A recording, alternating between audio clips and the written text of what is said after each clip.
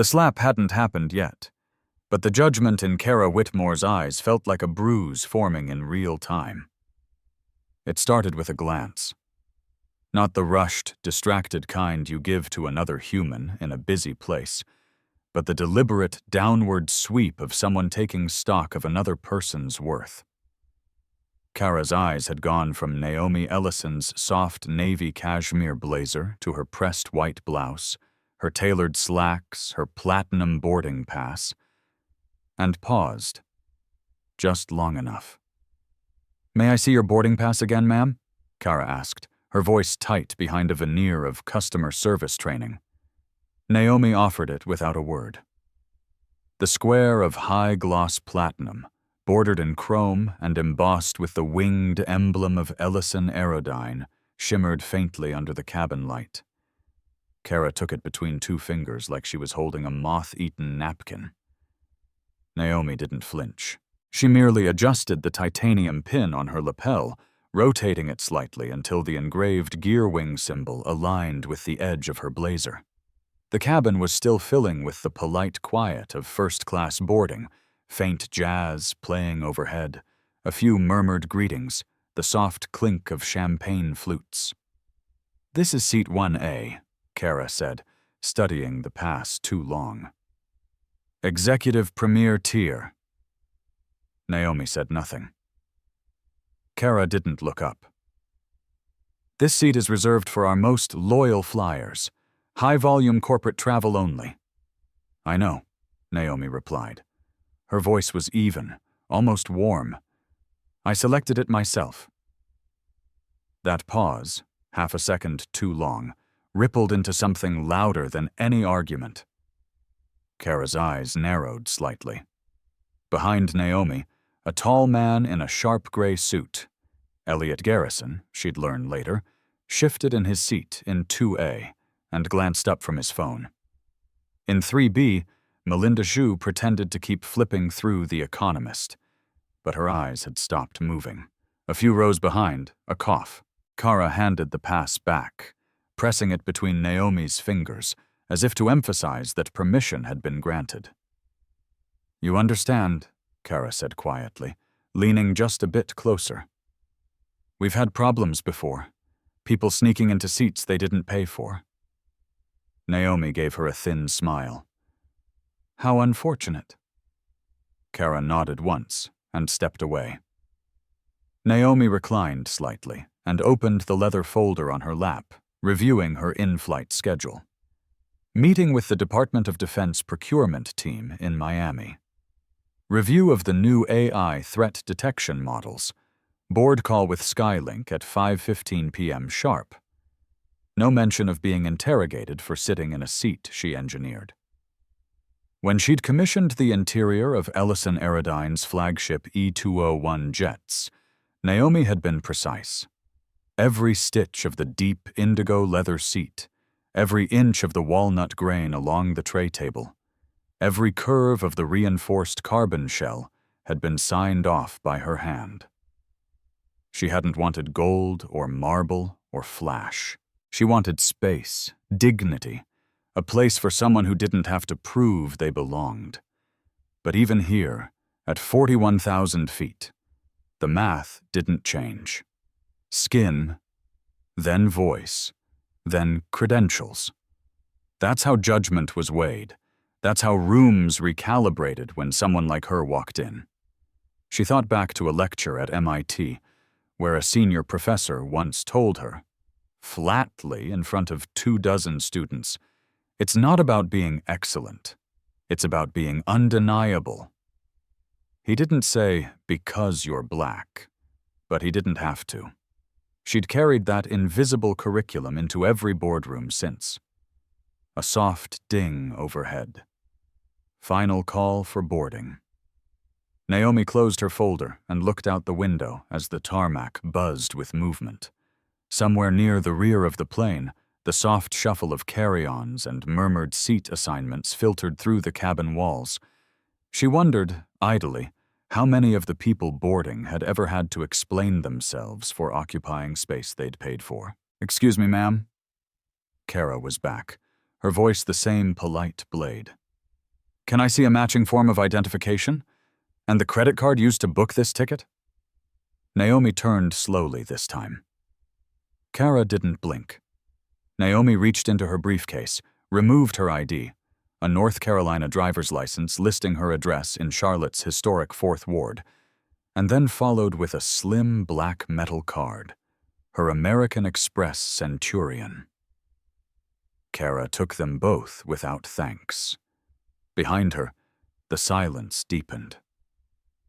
Elliot Garrison was no longer pretending not to watch. His phone was angled ever so slightly toward the aisle. Melinda Zhu had stopped pretending to read altogether.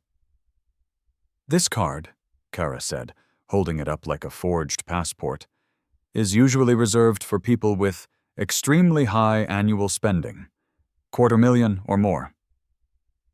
Naomi nodded once. "That's accurate." Kara's lip twitched.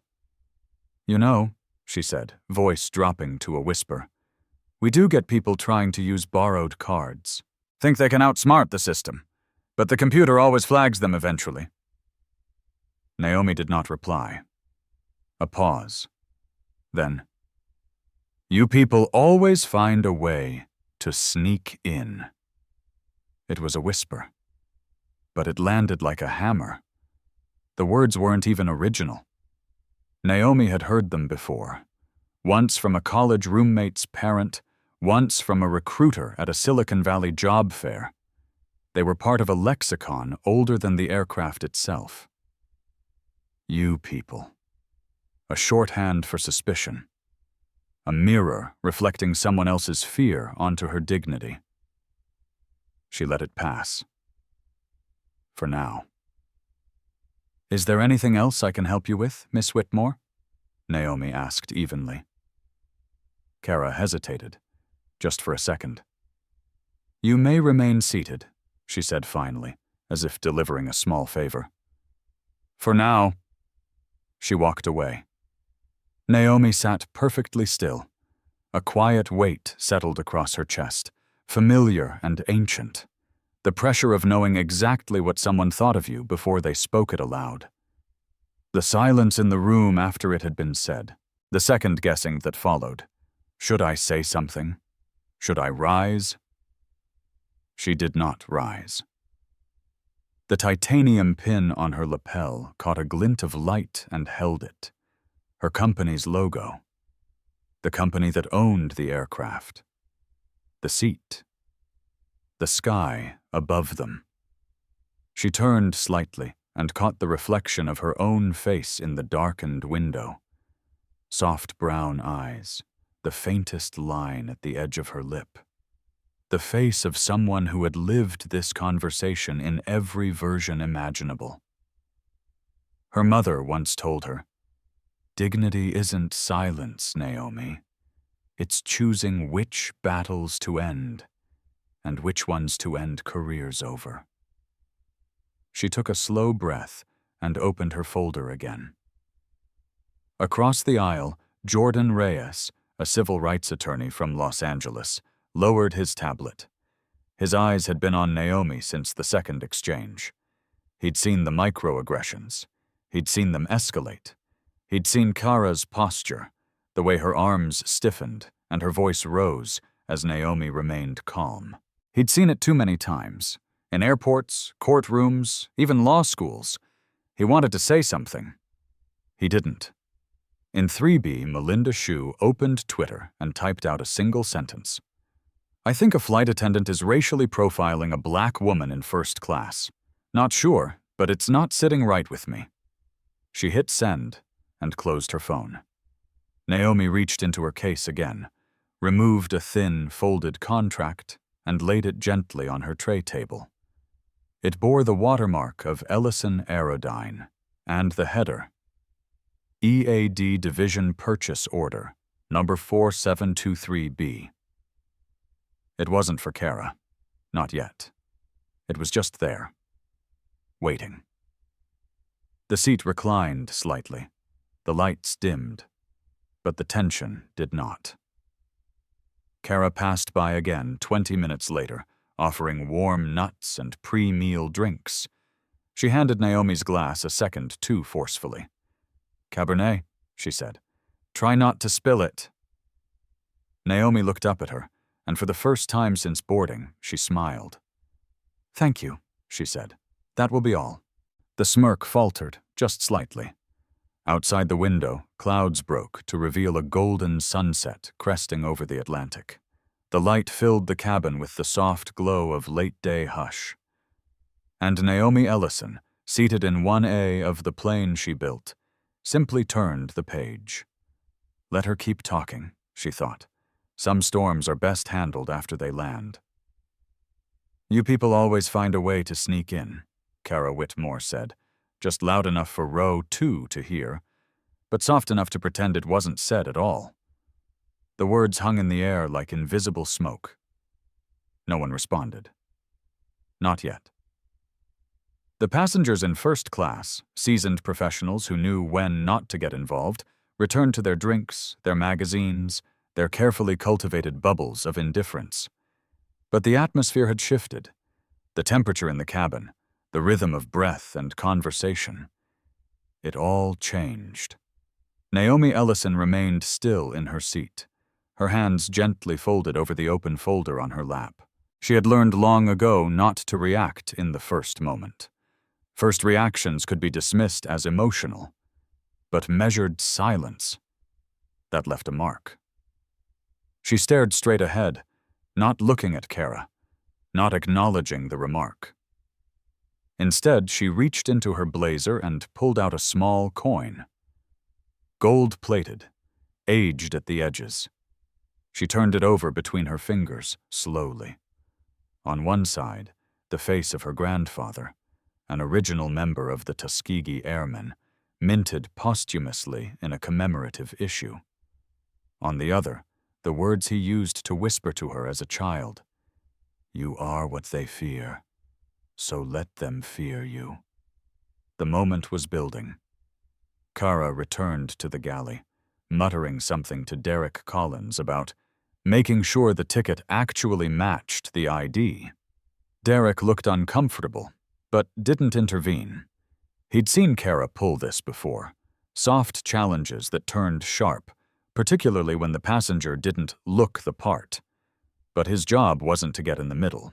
His job was to keep service smooth, and as long as Naomi remained calm, he could pretend it hadn't happened.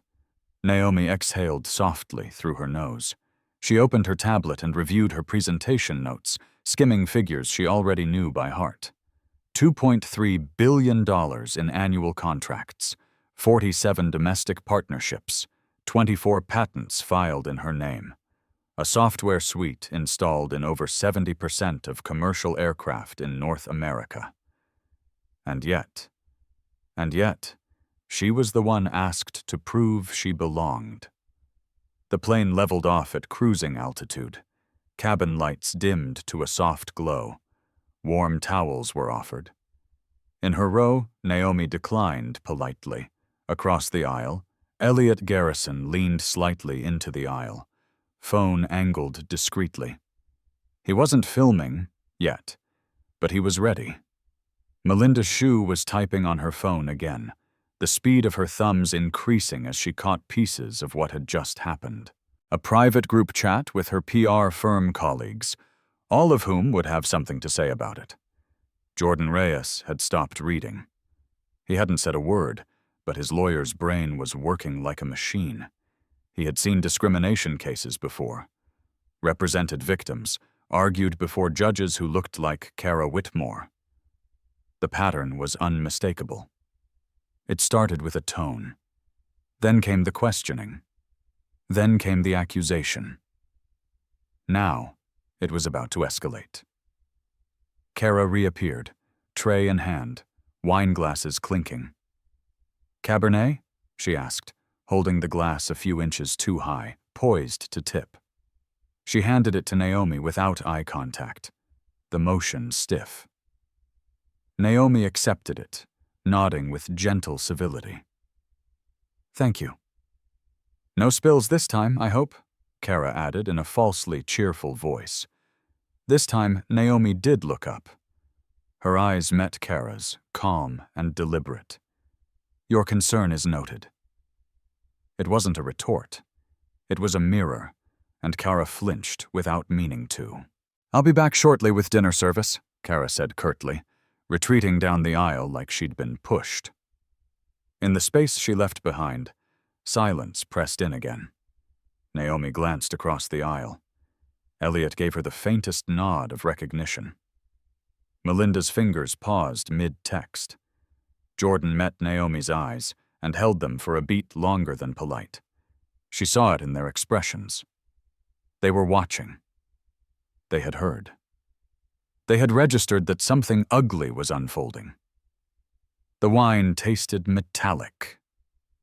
Naomi set the glass down. She picked up the commemorative coin again. Her thumb traced its edge. The plane hummed forward over the Atlantic, the same ocean her ancestors had crossed in chains. She smiled slightly at the irony. All this way, and still being asked to show her papers. Kara returned 40 minutes later for the dinner service. Her face was taut, her voice clipped. The plates were arranged perfectly. The service robotic.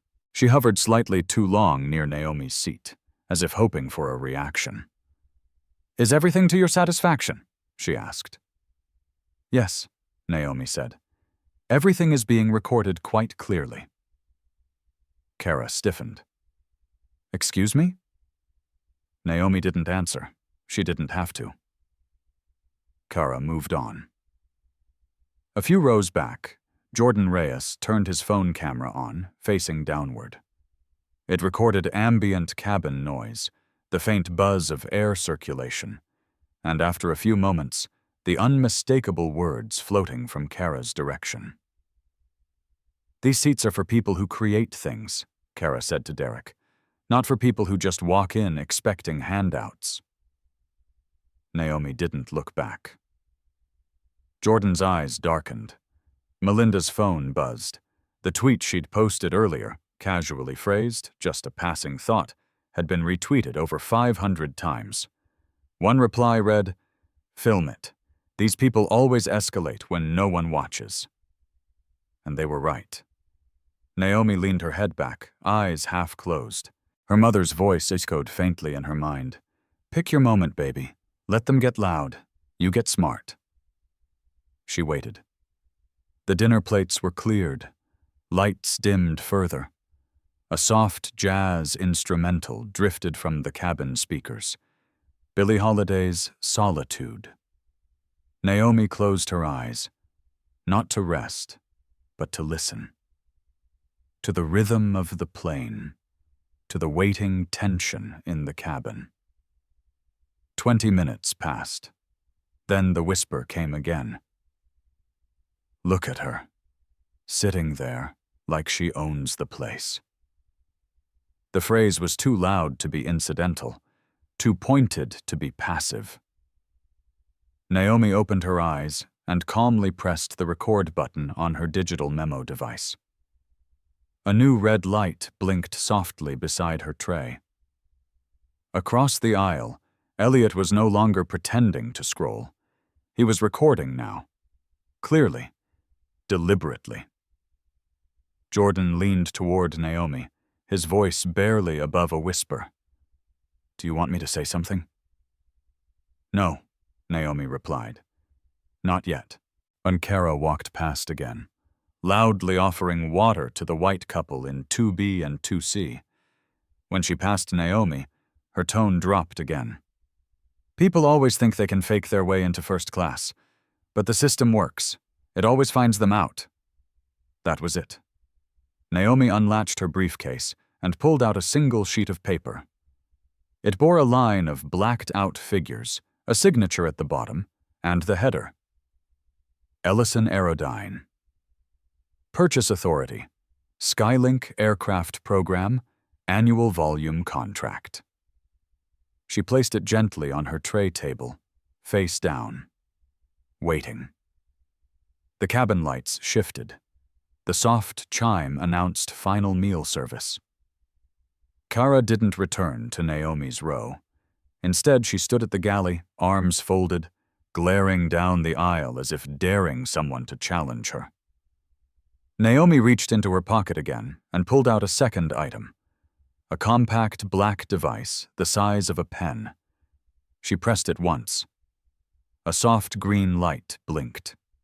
Real-time audio stream. Her security division in Charlotte was now receiving everything. She sat back. Let the storm gather. Ma'am, Kara's voice returned, sharper now, louder. I need you to confirm once more that this is your assigned seat. Naomi turned her head. You've seen my boarding pass, my ID, and my payment. That's not what I asked. A rustle of movement in first class. Elliot stood. I've been watching, he said. His voice was quiet, but strong. She's done nothing wrong. You're harassing her. Melinda added, We've all seen it. You're escalating. Kara blinked, surprised by the voices. She turned to Derek. Tell them to sit down. Derek didn't move. Naomi looked Kara in the eye. I've complied with every request, she said. If you have a further issue, I suggest you escalate it to federal personnel. You trying to threaten me? Kara snapped. No, Naomi said. I'm just suggesting you make your next move very carefully. Kara narrowed her eyes. I'm going to count to 10, she said, raising her voice to the entire cabin. If this woman doesn't move, I'm calling security. Across the aisle, phones were already recording. Naomi didn't blink, didn't speak. Kara started counting.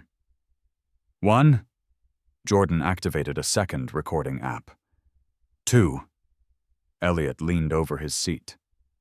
Don't do this, he warned Kara. 3. Melinda whispered. It's already gone viral. 4. Naomi glanced at her cracked watch. It had belonged to her mother. The glass caught a glint of overhead light. 5. She pressed her hand lightly over the folded document on the tray. 6. A text pinged on her phone. Confirmation received. 7. Derek looked pale now, sweat behind his collar. 8, Jordan whispered. We should call the marshal. 9, Kara's voice rose. 10, Naomi looked up, eyes sharp as steel. Would you like to repeat that into my camera? Kara stepped forward, fist clenched. And then the slap landed. Hard and fast. Naomi's head rocked slightly. Her lips split at the corner, a bright crimson bloom. Phones flashed. Gasps rippled across the cabin. Naomi's hand lifted to her mouth, touched the blood, then lowered again. She didn't scream. She didn't curse. She smiled. You just made your last mistake, she said softly. Kara Whitmore's hand moved faster than her judgment, and the slap rang out like a pistol shot inside the pressurized cabin. The impact echoed, almost unnatural in its violence. Naomi Ellison's head barely turned from the blow, but her lower lip split cleanly at the corner. A thin line of blood trickled downward, catching the cabin light as it slid toward her chin. The silence that followed was not shock.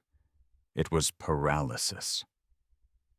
12 first-class passengers sat frozen, their phones already lifted, trembling slightly in the air. The whir of the engines faded beneath the crackle of collective disbelief. Naomi blinked once. The pain was sharp, but she had known worse. What stunned her wasn't the strike itself, but the cold satisfaction radiating from Kara's face, the triumphant curl of her mouth, the squint of someone who thought they'd just restored order to a world that dared to change. No one moved. No one spoke. And then, slowly, Naomi touched her lip with one manicured finger. She inspected the blood on her fingertip, as if it were data, something to be catalogued. She opened the flap of her leather briefcase and removed a single square of cloth. Dark navy, soft, monogrammed with N.E. in silver script. She pressed it gently to her mouth. Then, just as calmly, she adjusted the titanium lapel pin on her blazer. Across the aisle, Elliot Garrison lowered his phone, face pale. "Did everyone see that?" he said aloud, voice cracking under the weight of disbelief. "She hit her." Melinda Zhu was already on a call. "No, it just happened. She slapped her. Yes, I'm filming. Yes, it's still recording." In seat 1C, Jordan Reyes finally stood, planting himself between Naomi and Kara. "Don't touch her again," he said. His voice wasn't loud, but it carried the weight of someone who had fought too many battles in courtrooms to allow one more to play out unchecked. Kara stepped back, eyes wide, hand still hovering near her waist, as if she wasn't sure what it had just done. "She was refusing orders," Kara said, "to no one and everyone. She was hostile. You all heard her. She was threatening me." "I heard you," Elliot said sharply. "Every word, and I have it all on video." "She's dangerous," Kara insisted. "People like that always try to twist things." Naomi's eyes lifted at last, and her voice cut through the rising tide like glass slicing silk. "You have absolutely no idea what you've just done." Before Kara could respond, another voice entered the scene. Calm, low, with just the right balance of curiosity and warning. "Step away from the passenger. Now." A tall black man stepped forward from the rear galley, dark suit pressed, federal badge clipped just inside his jacket. His name was Darius Quinn, U.S. Air Marshal, and the moment he appeared, the power in the room shifted. He didn't raise his voice. He didn't rush. He simply occupied space, with presence. Kara turned to him, relief breaking across her features. "Thank God. She's been aggressive since we took off. She's refusing to comply. I had no choice." "I wasn't talking to you," Quinn said. Kara's mouth opened and closed. "I was talking to you," he continued, turning his full attention toward her. "Step back, immediately." Passengers shifted in their seats. For the first time, Kara's confidence faltered. "But I'm the one who called for help," she said, breath catching. "I was following protocol." Quinn didn't blink. "And I see a passenger with blood on her face and you standing over her with your hand still clenched." Everyone looked, and there it was. Kara's right hand, knuckles tight, the tips of her fingers trembling. It wasn't adrenaline anymore. It was evidence. "Oh my God," Melinda whispered, her hands still shaking. Jordan moved aside to let Quinn approach. Naomi remained seated, the blood darkening now against the cloth at her lip. She said nothing. "Are you injured, ma'am?" Quinn asked, crouching slightly. "I'm fine," Naomi replied, her voice even. "I just want the flight to continue." Quinn nodded once, then turned to Kara. "What's your name?" "Kara Whitmore, senior flight attendant. I have 8 years of—" "You are to place your hands behind your back," he interrupted. "What?" "You are under investigation for assaulting a passenger aboard a federal aircraft, which, if proven, is a felony under United States Code Title 49. Kara's world tilted sideways. "This is a mistake. I was following safety protocols. She wasn't obeying. You don't understand who I am." Quinn raised an eyebrow. "No, I don't. But I know who she is." A pause. "Who?" Kara asked, confused. Naomi finally lifted her gaze to meet Kara's again. "She owns the aircraft," Quinn said. "She owns the company that built it. And she's my boss." Kara stared blankly. "No, that's not... She's not.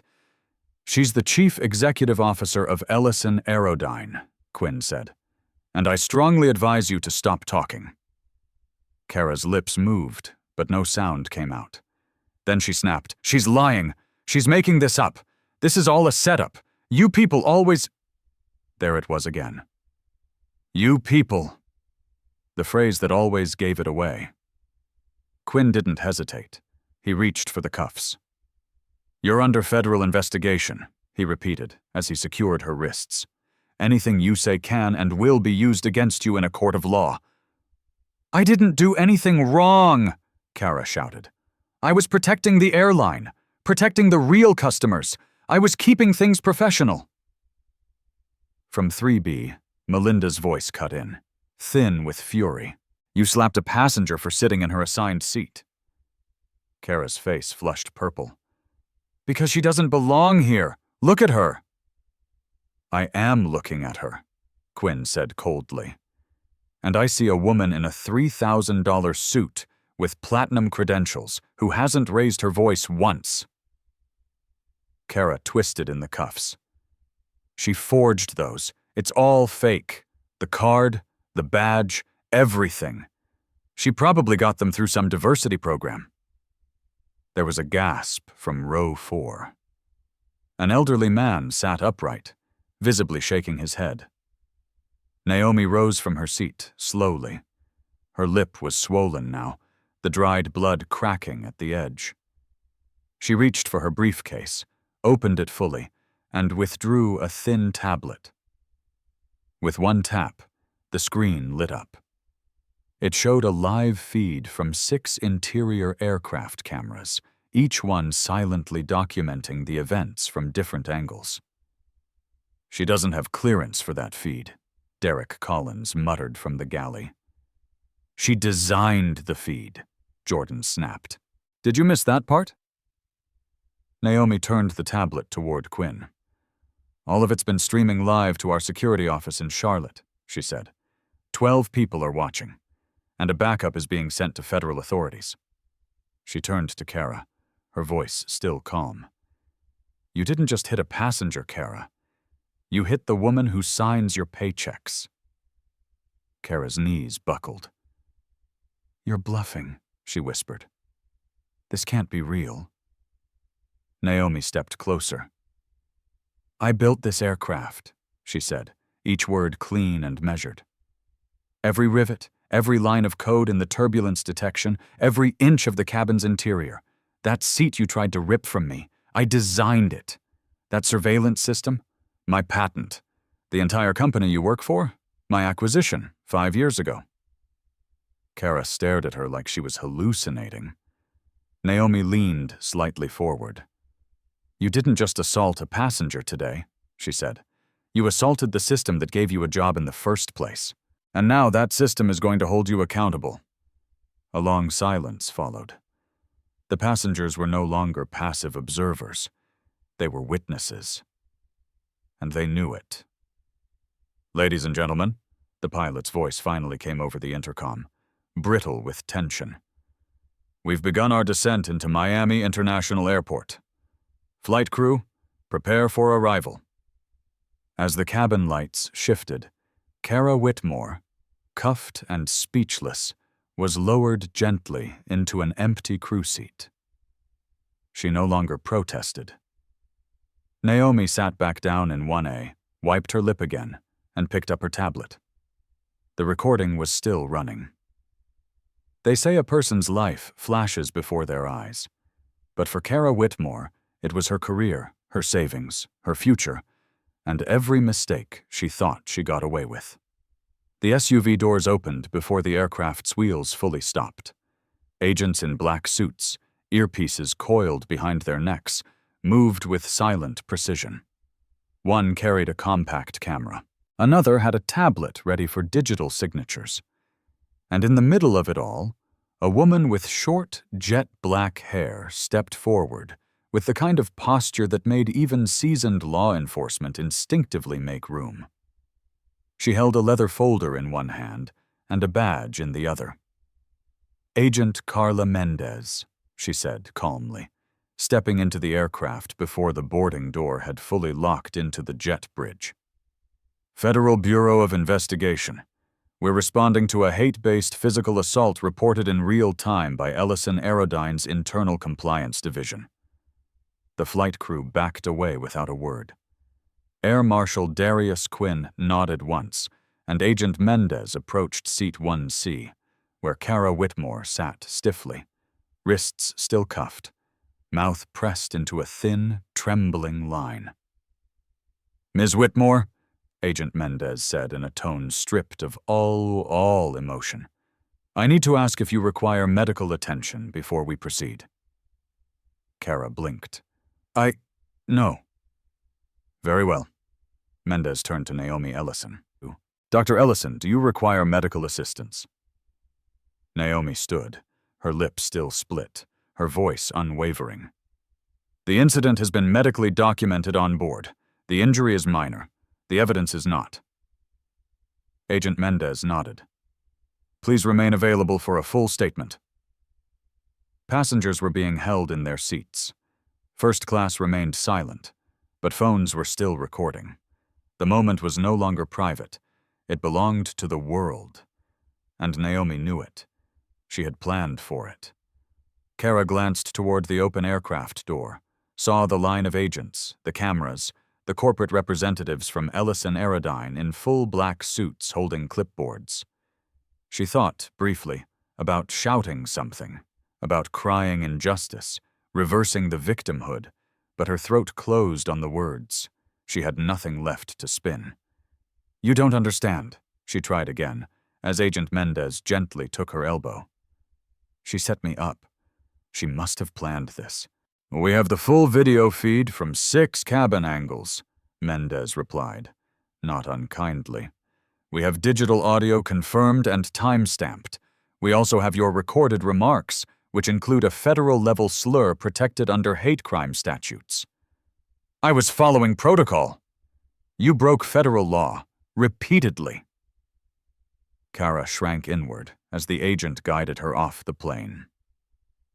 Outside the cabin, Miami International's jet bridge felt colder than air-conditioned steel. The glare of flashing cameras, CNN, MSNBC, local affiliates, hit her like stadium lights. She turned her face instinctively, but there was no hiding from this. "Is it true?" a reporter shouted. "Did you strike the CEO of your airline? Was it racially motivated? Do you think you'll be indicted under the Civil Rights Enforcement Act?" Kara's knees wobbled. The words meant nothing. They might as well have been in a different language. She was no longer the gatekeeper. She was the story. Back in Charlotte, inside a private conference room lined with projection screens and legal binders, 12 members of Skylink Airways' board sat in tense silence. One seat was already empty. The company's CEO, Harold Brennan, had not returned after taking a call from Ellison Aerodyne's general counsel. In front of every executive lay a printed copy of a single-page agenda, stark and brutal in its phrasing. Emergency session, corporate liability review, and termination protocols, case Andati 2021, CR 014. At precisely 4:00 p.m., the largest screen flickered to life, revealing Naomi Ellison seated at a conference table, her lip bandaged, her posture crisp. Beside her was her chief legal officer, Patricia Blackwood, whose face could have been carved from ice. "Ladies and gentlemen," Naomi began, "let me explain exactly how thoroughly compromised your entire executive structure now is." One board member coughed. "This isn't about a rogue employee," she continued. "It's about a cultural rot you enabled and concealed. Kara Whitmore had 3 prior discrimination complaints, all settled quietly, all sealed, and all reported directly to your offices." Robert Clancy, the CFO, tried to speak. "We followed legal counsel. We were advised—" Naomi cut him off. "You were advised that payouts were cheaper than reforms. You chose silence over accountability.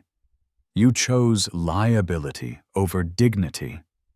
and now you've chosen me." She tapped the table once.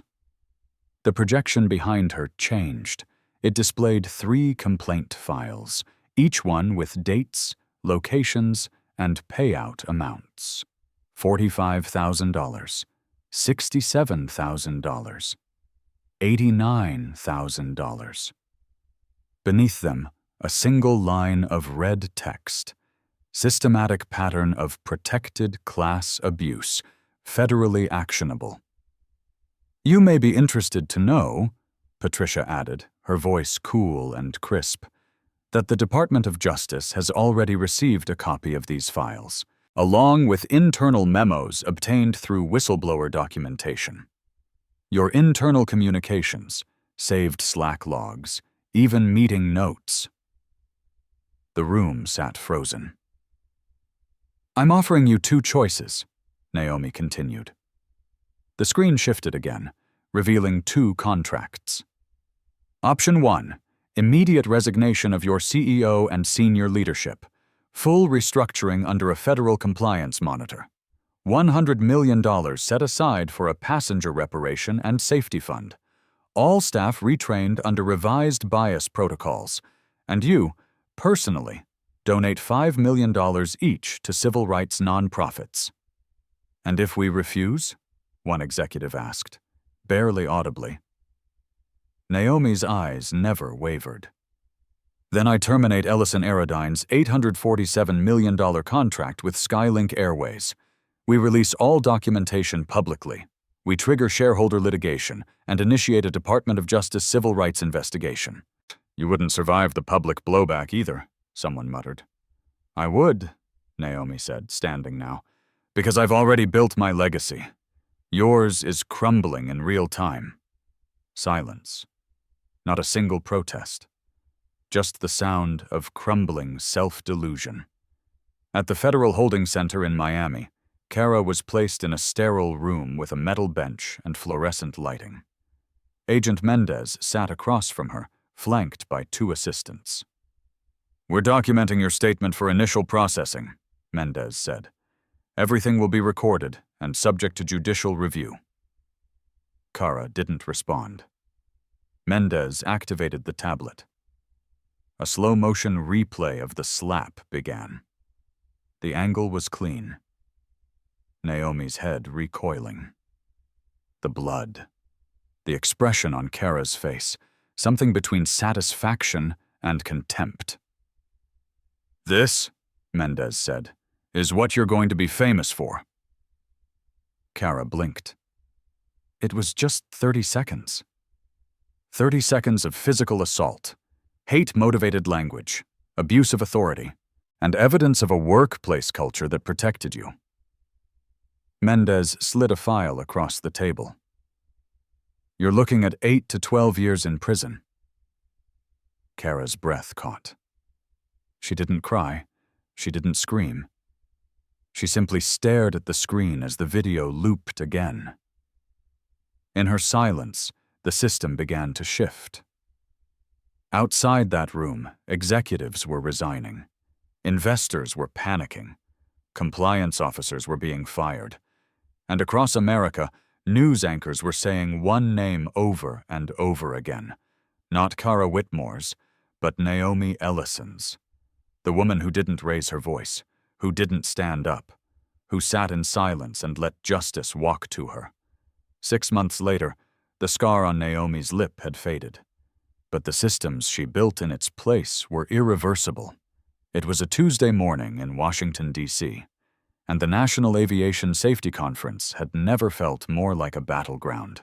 Inside the Marriott Marquis Ballroom, 3,000 professionals sat shoulder to shoulder, pilots, airline executives, federal regulators, union representatives, and silent victims. The air was sharp with anticipation and tension. Beneath the crystal chandeliers and soundproofed walls, decades of unchecked prejudice were about to meet their reckoning. Naomi Ellison stood at the podium, dressed in navy and pearl, her frame tall and composed. A single thin scar ran along the corner of her lower lip. A souvenir, a reminder, a brand she'd chosen to keep. It had healed into something dignified, something permanent. She cleared her throat, waited for the room to quiet fully, and then began. 6 months ago, she said, I was slapped by a flight attendant who believed I didn't belong in the seat I designed. Today, I stand before you not as a victim, but as an architect of change. A ripple passed through the room. Dozens of pens stilled. Typing paused. Naomi scanned the audience. She knew who was there. Heads of compliance, union lobbyists, the newly appointed board from Skylink, including the woman she had handpicked to replace the old regime, Dr. Liana Brooks, an aerospace engineer with a background in ethics and operations reform. But there were others, too. A young black woman from Baltimore, sitting in the third row, hands clutched around a notebook. A pair of elderly Asian brothers, retired pilots from Seattle, nodding in silent agreement. Maria Rodriguez, a veteran-turned-airline safety inspector, seated near the center aisle, tears already beginning to gather. This industry, Naomi continued, has protected its image at the cost of its passengers' dignity. We taught staff how to pour champagne, but not how to see the humanity in the people they served. She let the sentence land. The fallout from that one slap had been monumental. Federal indictments, CEO resignations, Department of Justice investigations. Naomi's Ellison standards had become the new normal. Artificial intelligence bias detection during boarding and in-flight interactions, anonymous complaint channels with real-time monitoring, mandatory training programs developed in partnership with civil rights experts. The result? Over 15,000 potential incidents de-escalated or prevented before reaching violence. Behind Naomi, a large screen displayed live testimonials. Passengers, once mistreated, now recounting changed experiences. Marcus Washington, a software engineer. I used to be terrified to fly. Now they greet me like I belong. Elderly grandmother Susan Jones. They see me. They really see me now. This isn't just about aviation, Naomi said, her voice growing firmer. It's about every space in America where someone has to explain why they exist there. Applause stirred. She held up her hand. We are not done. Backstage, her assistant handed her a tablet.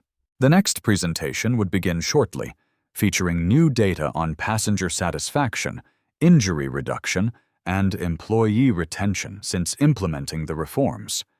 The numbers spoke for themselves.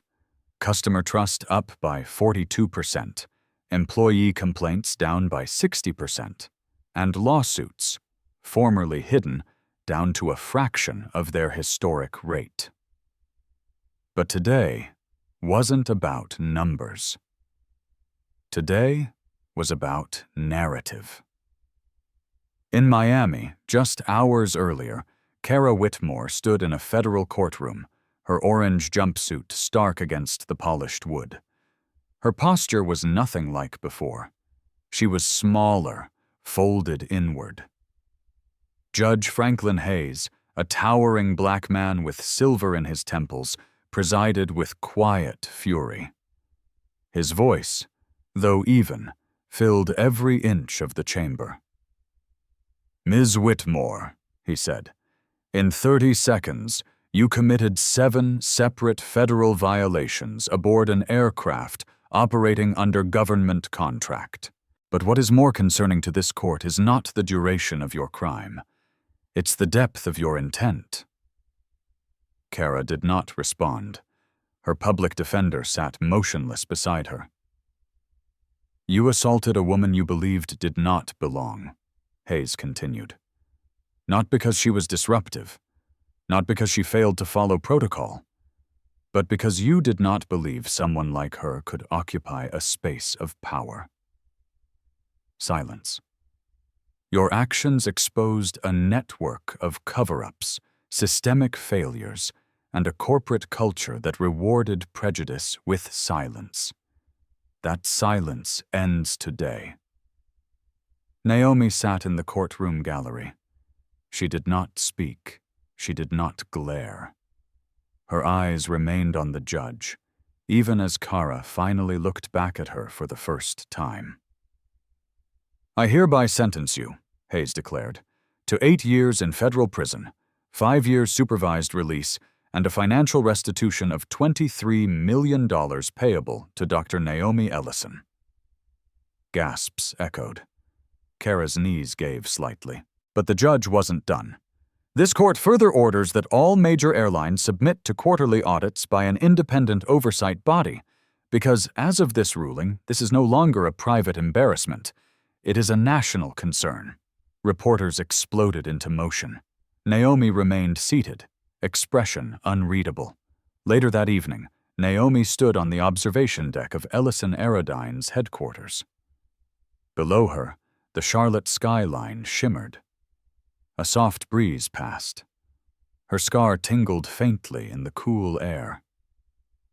She turned to the newly confirmed CEO of Skylink, Dr. Liana Brooks, who stood beside her. "Do you believe they'll stick to the standards?" Liana asked. "They'll have no choice," Naomi replied. "You make dignity the price of doing business, and suddenly everyone finds a way to afford it." In the distance, she could hear the rumble of jets, her jets, taking off under the dusk. She thought of her grandfather again, the patch on his Tuskegee flight jacket, the way he used to stare out at the sky like it was both battlefield and home. He had taught her how to fly, not just with wings, but with will. "The next phase begins tomorrow," Naomi said. Liana nodded. Naomi reached into her coat pocket and removed the cracked watch, her mother's. Still broken, still sacred.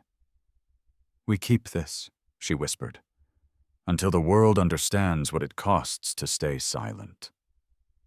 The glass face caught the city light, casting a small gleam over the ledge. The work wasn't over. Not yet. But it had begun. Day 365, the anniversary of the stupidest 30 seconds of my life. The words formed crookedly under Kara Whitmore's hand, written in a stubby, county-issued pencil onto yellowed paper in a spiral-bound journal. Her handwriting was shaky, worse than it used to be, but not because of the pencil. It was because she still didn't know how to name what she felt. Shame was too easy. Bitterness was too slippery. Guilt, maybe. But even guilt implied she had fully accepted what she had done. What it meant. Inmates in her unit had their own languages, their own codes. They called her Jetgate. Others used less kind names, but most had long stopped talking to her. Her arrogance had isolated her in the first 6 months. Her denial did the rest. Now she had nothing but time. "I keep thinking about her face after I hit her," she wrote slowly. She wasn't angry. She was sad. Like she'd expected it. Like she'd seen it coming her whole life. The prison counselor, Dr. Janet Williams, had called it a quiet devastation. A reaction that disarmed abusers more than screaming ever could. The way Naomi Ellison had sat still, bleeding but composed, had unraveled Kara in ways she couldn't articulate even now. She rubbed the scar on her knuckle, a remnant from the slap. It was still there, barely visible but forever embedded in her skin. A reminder of what 30 seconds had cost. Outside the cell block, in a world that had long moved on, the systems Naomi Ellison created were reshaping everything. At Denver International Airport, Flight 447 prepared to board. A soft chime sounded over the terminal speakers as passengers filed toward Gate C-16. The agent smiled at each traveler, but her eyes flicked periodically to the small screen beside her podium, a live dashboard fed by Ellison Aerodyne's bias detection AI. So far, nothing had triggered an alert. She handed back a boarding pass to Marcus Washington, a black software engineer in seat 2A. He looked momentarily surprised by her smile. Not forced, not dismissive, just warm. "Enjoy your flight," she said sincerely. He blinked. "Thanks." He walked away slowly, not realizing he was smiling back until he reached the jet bridge. In row 4, Maria Rodriguez helped her 8-year-old daughter buckle in.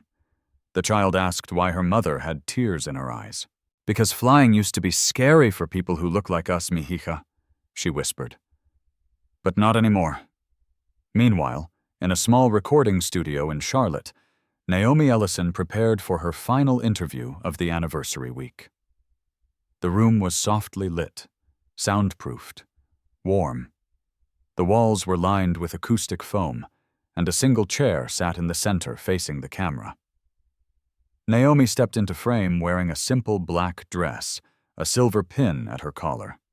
Ellison Aerodyne's insignia, redesigned after the incident to include a single horizontal scar beneath the wing. The interviewer, an older white journalist from 60 Minutes, adjusted her notes, clearly nervous. "You ready?" she asked. Naomi nodded. They began. "What made you speak out the way you did, Dr. Ellison?" Naomi paused for a moment, then said, "I didn't. At first, I waited. I waited for her to realize what she had done, to take it back. She never did." The journalist nodded. "You stayed silent after the slap." "I wanted the silence to speak louder than any lawsuit," Naomi said. "I wanted the world to hear it, to watch it, to feel what happens when someone in power finally miscalculates." The screen behind her lit up with footage from airports, hotels, retail stores, all now outfitted with Ellison standard monitoring systems. The footage rolled. Agents stopping to assist elderly Hispanic travelers, a white flight attendant respectfully checking a boarding pass without interrogation, a gate agent intervening gently when a colleague began to show unconscious bias. What would you say to people who still think this is about race? Naomi's voice didn't flinch. I'd say it always was. Later that night, she returned to her home office. The lights of Charlotte flickered gently outside her windows. The city had changed too. More visible equity in its corporate offices, more outreach in its chambers of commerce. Small changes, but visible. She pulled out a folder, her grandfather's discharge papers from World War II. Dishonored, once, for refusing to shine another pilot's boots. She placed the papers beside her cracked watch. Together, they told the story of how dignity, once denied, had been reclaimed across generations. A notification blinked on her tablet. Publishers Weekly. The Sound of Change remains #1 for the 6th consecutive month, but the letters mattered more. Naomi opened the latest one. Dr. Ellison, I'm a 67-year-old black woman who stopped flying after being humiliated in 1987. I read your story. I bought a plane ticket for the first time in 35 years. My son asked me why I was afraid to travel. After reading your book, I realized I didn't have a good answer anymore. We're taking our first family vacation next month. Naomi held the paper in both hands and closed her eyes. That, more than the lawsuits, more than the compliance reports, more than the resignation letters, was the reward. Somewhere in the distance, the low drone of a plane passed overhead. She looked up through the glass. Outside, under the cover of night, the very systems she helped build were humming along, keeping passengers safe, holding employees accountable, documenting instead of dismissing. Back in her cell, Kara stared at the last line she had written. I thought I was protecting the airline. protecting real customers. But now I know. I was the one who didn't belong. 7 years left to think about that trade. There are stories we hear, and there are stories we feel. Naomi Ellison's story, her dignity, her scar, her silence, and her strength, was not just felt, it reverberated. It began not with a speech or a lawsuit or a campaign. It began with humiliation. A slap. 30 seconds of prejudice disguised as authority. The kind of moment older Americans know all too well, too. The moment when you're told you don't belong without words, and the moment you choose whether to disappear or stand. Naomi stood, quietly, and the world changed. For many, that flight was just a Tuesday. But for Naomi, it was the culmination of years of earned silence, of years designing systems from the inside, of being brilliant, unacknowledged. Until one person, one woman, too certain of her superiority, struck a match against a mountain of dry injustice. Kara Whitmore didn't just strike Naomi. She struck the nerves of every black professional told to be grateful just to be present. She struck the memory of every elder denied dignity in the name of protocol. And in her arrogance, she revealed what most systems try to hide, that bias, when normalized, becomes cruelty with a uniform. Naomi did not rage. She did not plead. She did not shout. She revealed. Through strategy, evidence, and stillness, Naomi exposed a system designed to reward silence and punish truth.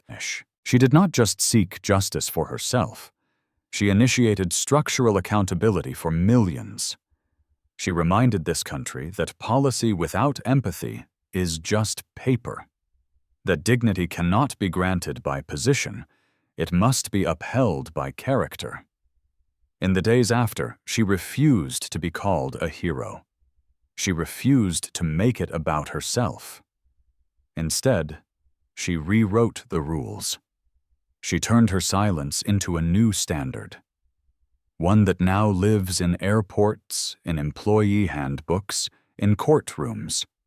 She built mechanisms that made prejudice visible, documentable, actionable. She created spaces where victims are no longer ignored.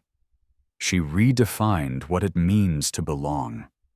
Naomi's journey resonates deeply with those who have endured quiet violations, those microaggressions that never made the news but etched themselves into memory. She reminded us that the most powerful resistance is often the refusal to be reduced. What was striking is not just what Naomi said, but what she didn't need to say.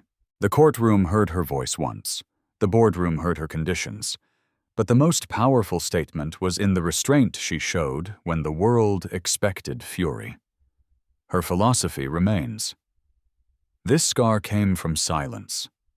I'll wear it until silence is no longer the price of survival. That scar now appears on the insignia of a new generation of justice-minded institutions, not as a wound, but as a badge. And Kara? She remains a cautionary tale, not because of her punishment, but because of her choices. She thought she was defending order. She was preserving exclusion. She thought she was protecting her company. She was betraying its future. And now she spends her days writing letters no one reads, tracing the edges of a scar that will never carry dignity. But this is not Kara's story. This is the story of a woman who refused to shrink, of a woman who carried not just her name, but the memory of those who came before, of grandfathers in segregated squadrons, of mothers told to wait in the back, of communities who knew what it meant to survive institutions not built for them. It is the story of what happens when one person chooses principle over performance, when they reject hush money and demand policy, when they say, "Not again, not this time. And it is the story of those who stood beside her, witnesses who filmed, passengers who refused to stay silent, employees who came forward, allies who chose courage over convenience, because it takes all of them. The survivor, the witness, the one who dares to speak up.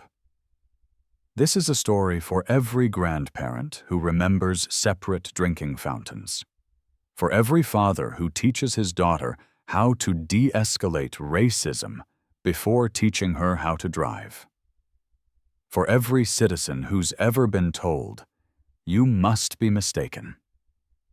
You weren't. What Naomi built cannot be unbuilt. What she revealed cannot be unseen. And what she demanded, justice with dignity, is no longer a favor. It is a standard. So the next time injustice appears in front of you, not with a slap, but with a smirk, a delay, a dismissal, remember Naomi. Remember her scar. Remember her silence. And remember that silence, when chosen, can be power.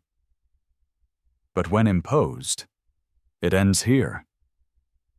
If this story moved you, if you believe silence should never be the price of belonging, then leave us a #1 in the comments. And subscribe to our channel to witness the next story of quiet resistance, true justice, and human dignity reclaimed